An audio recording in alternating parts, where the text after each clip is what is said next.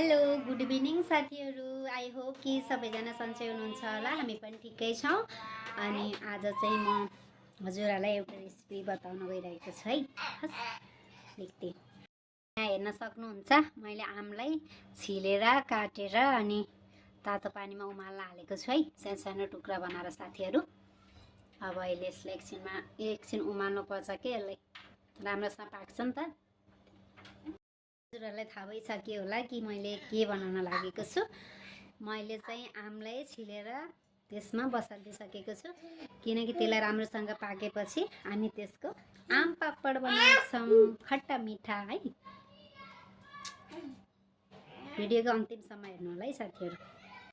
सक्नुहुन्छ है साथीहरू, मेरो आम पाकेर ठिक्क भइसकेको छ है। ल हेर्नु, यो गल्यो। अब यसलाई सलक्क पारेर पिस्नुपर्छ है साथीहरू। मैले यसलाई यसरी म्यास गरिसकेको छु। अब यसको यहाँ निस्किन्छ है यसरी। अहिले यसलाई गाडा गाडा बनाएर छान्नुपर्छ कि अर्को छान्नेमा। हेर्नु है साथीहरू, यस्तो गाडा घोल बनाएको छु है मैले चाहिँ है।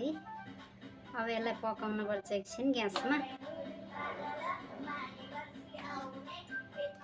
धेरै भयो कि धेरै भरेर भन्छ कि यो घट्छ अहिले।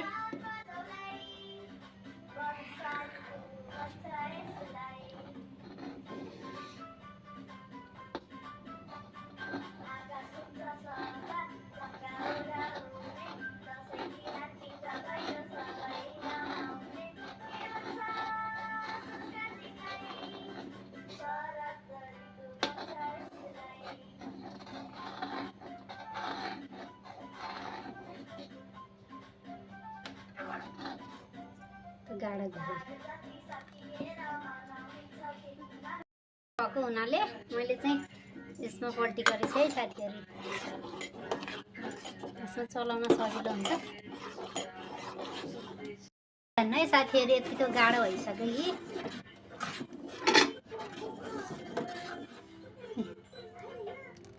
धेरै गाडो भइसकेको छ है।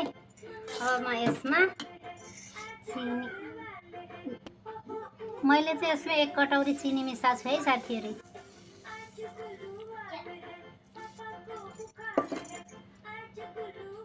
मैले चाहिँ यसमा थोरै चिली फ्लेक्स हालेको छु है साथीहरू।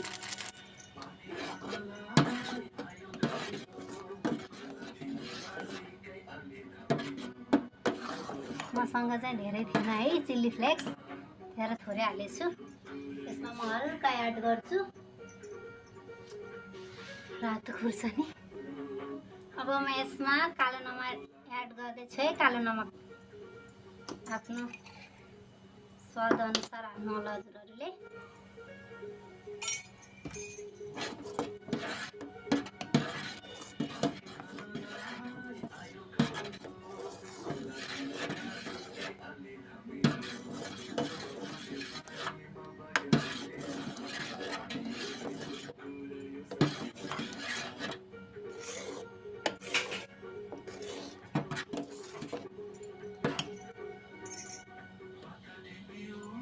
यसमा म काली मिर्च हाल्छु है साथीहरू,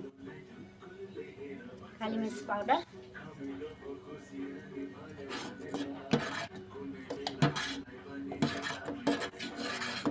यसलाई मजाले चलाउनु पर्यो।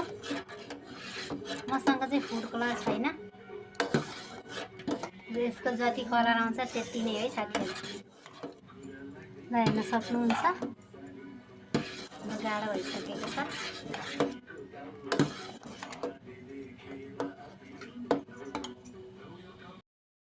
रेडी बनाइसकेछु है साथीहरू।